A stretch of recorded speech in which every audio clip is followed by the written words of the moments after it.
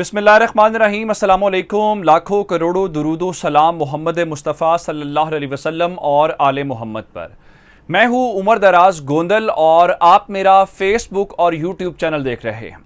मेरे पास दो तीन बड़ी खबरें हैं जनाब। पहली खबर यह है कि हुकूमती इजलास जो आज लाहौर के अंदर हुआ, जिसमें आसिफ जरदारी, मौलाना फजलुर रहमान, शहबाज शरीफ, खालिद मकबूल सिद्दीकी, असलम भोतानी, ये सारे लोग मौजूद थे। वहां पे क्या फैसला हुआ है वो इजलास इतना ज़रूरी शायद नहीं है, हमें वहां पे पहले से इल्म था क्या फैसला आएगा।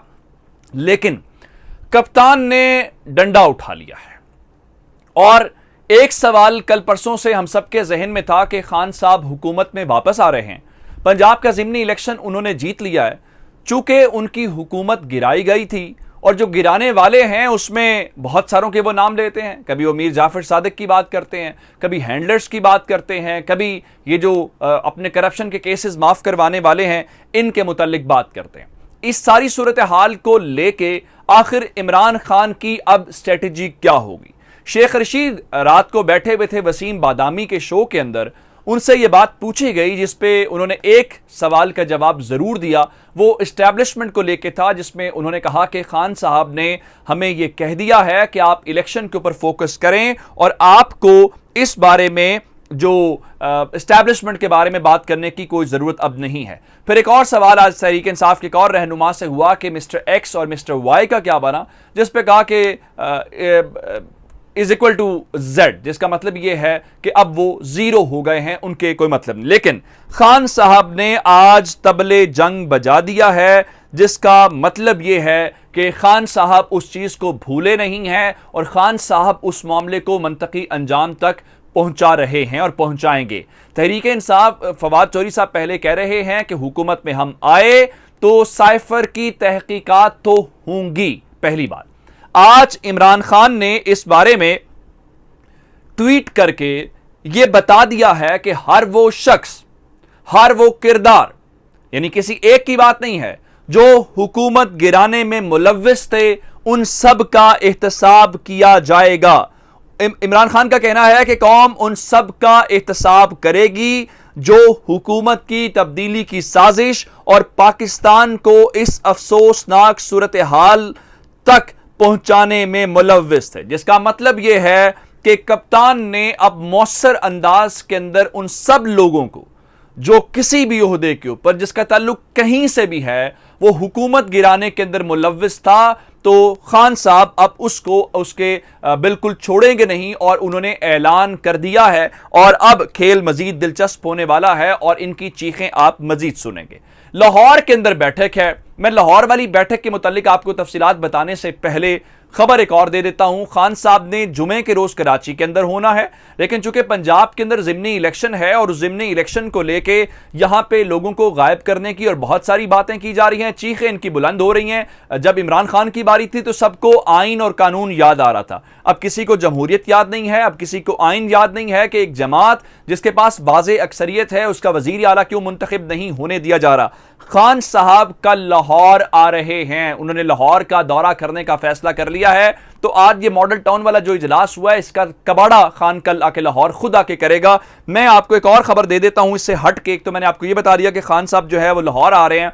चौधरी परवेज इलाही ने सुप्रीम कोर्ट से रुजू कर लिया है, जिसमें हमजा शहबाज शरीफ, मरियम औरंगजेब और राना सनाउल्लाह के खिलाफ तौहीन अदालत की दरखास्त दायर कर दी गई है, क्योंकि अदालत को यह जबान दे चुके हैं कि हम पंजाब के वजीर आला का जो इलेक्शन है उसको मौसर अंदाज के अंदर और बगैर कोई गड़बड़ किए करेंगे। तहरीक इंसाफ के हवाले से अब उन्होंने ये फैसला किया है। दो खबरें उसके मुतालिक देता हूं, फिर आगे चलता हूं। पहली खबर यह है कि महमूद रशीद साहब को स्पीकर पंजाब असम्बली बनाने के ऊपर पाकिस्तान तहरीक इंसाफ ने गौर व फिक्र शुरू कर दिया है। वो इस वक्त अपोजिशन लीडर हैं और अपोजिशन लीडर के बाद अब खबरें इस वक्त ये हैं कि सिप्तैन खान तो पार्लिमानी लीडर हैं, तो परवेज इलाही जो कि स्पीकर से वजीर आला बन जाएंगे, तो तहरीक इंसाफ जो है वो लेके आएगी स्पीकर के मामले के ऊपर महमूद रशीद को। नीचे रह के डिप्टी स्पीकर दोस्त मजारी, तो उनका खेल भी खत्म हो गया। अगर इस्तीफा ना दिया तो तहरीक अदम एतमाद आएगी, यूं उठा के उनको तहरीक इंसाफ बाहर फेंकेगी। एक और फैसला, आईजी और चीफ सेक्रेटरी पंजाब को सजा देने का फैसला किया गया है और उनको पंजाब असेंबली के अंदर बुलाया जाएगा ताकि कोई ऐसी सिचुएशन जिसके ऊपर ये सारा फड्डा हुआ था उस सारी चीज को लेके उसको मंतकी अंजाम तक पहुंचाया जाए। अब आ जाते हैं लाहौर के अंदर मॉडल टाउन इजलास के हवाले से। मैं आपको खबर और देता हूं, खबरें चूंकि बहुत ज्यादा हैं।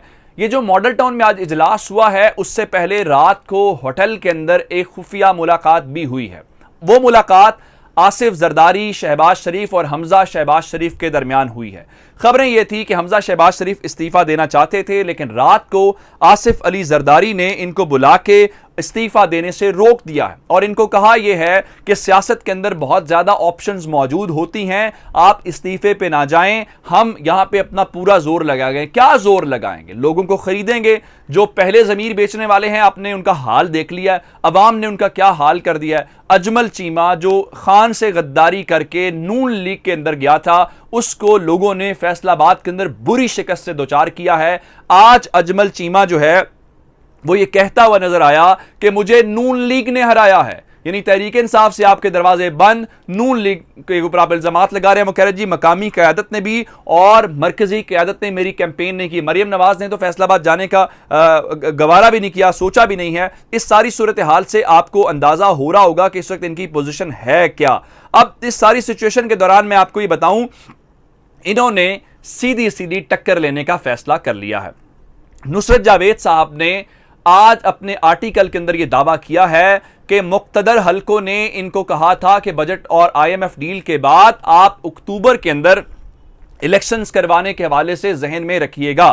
फिर आसमा शिराजी ने आज मजमून के अंदर लिखा है कि 23 मई को शहबाज शरीफ ऐलान करने वाले थे और इमरान खान के लॉन्ग मार्च की वजह से नवाज शरीफ ने उनको रोक दिया। अब ये सारी सिचुएशन है। आज डॉलर जो है वो 222 रुपए के ऊपर बंद हुआ है। पाकिस्तान स्टॉक एक्सचेंज जो है वो 1000 से जायद पॉइंट 1077 पॉइंट्स गिरी है और 1077 पॉइंट्स गिरने का मतलब यह है कि आज वहां पे ओवरऑल पाकिस्तान को अरबों खरबों का नुकसान हुआ है। लेकिन हमारे हुक्मरान यहां पे पंजे मार रहे थे, लाहौर में बैठ के एक दूसरे के ऊपर वो खुशियां मना रहे थे जैसे उन्होंने कोई बहुत बड़ा मार्का जो है वो सर अंजाम दिया है। अब इस सारी सूरत हाल के दौरान इन्होंने फैसला क्या किया, ये जरदारी प्लान के ऊपर काम शुरू हो गया है और ये फौज के साथ टक्कर लेने के अंदर आ गए। खान ने तो इनसे इस्तीफे का मुतालबा नहीं किया, मैं आपको कल से बता रहा हूं।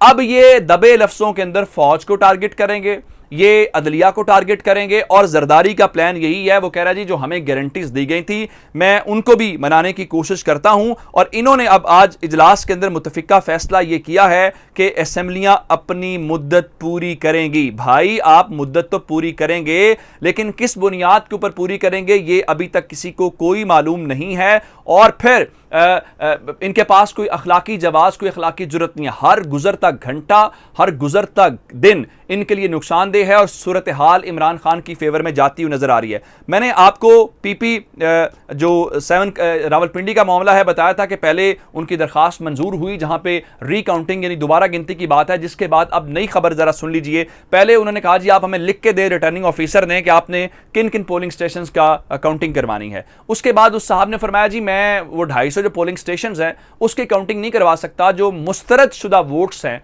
आप उनकी काउंटिंग करवा लें। अब ये सारे इलेक्शन कमीशन को अपनी तरफ से एक सपोर्ट देने की कोशिश कर रहे हैं कि आपने घबराना नहीं, हम आपके साथ हैं और इलेक्शन कमीशन इनको मुकम्मल सपोर्ट देता हुआ नजर आ रहा है, जो कि नजर आ रहा है। और ये खान साहब का इल्जाम भी है इनके ऊपर बी टीम का कि अगर एक हल्के के अंदर आपने रिकाउंटिंग का मसला है, कोई पोलिंग का मसला तो नहीं है, डस्का के अंदर भी तो हुआ था, एक पॉलिटिकल पार्टी के अंदर 49 का मार्जिन है, काउंटिंग करने में क्या मसला है। लेकिन काउंटिंग का मसला ये होगा कि हमजा शहबाज शरीफ का 1 वोट और कम हो जाएगा, लेकिन उसके बावजूद खेल इनके हाथ से निकल गया। फिर मैं अपनी बात पे कायम हूं कि ये खान फैसला करेगा, ये फैसला आप नहीं कर सकते। अपना बहुत सारा ख्याल रखिएगा। खुदा हाफिज।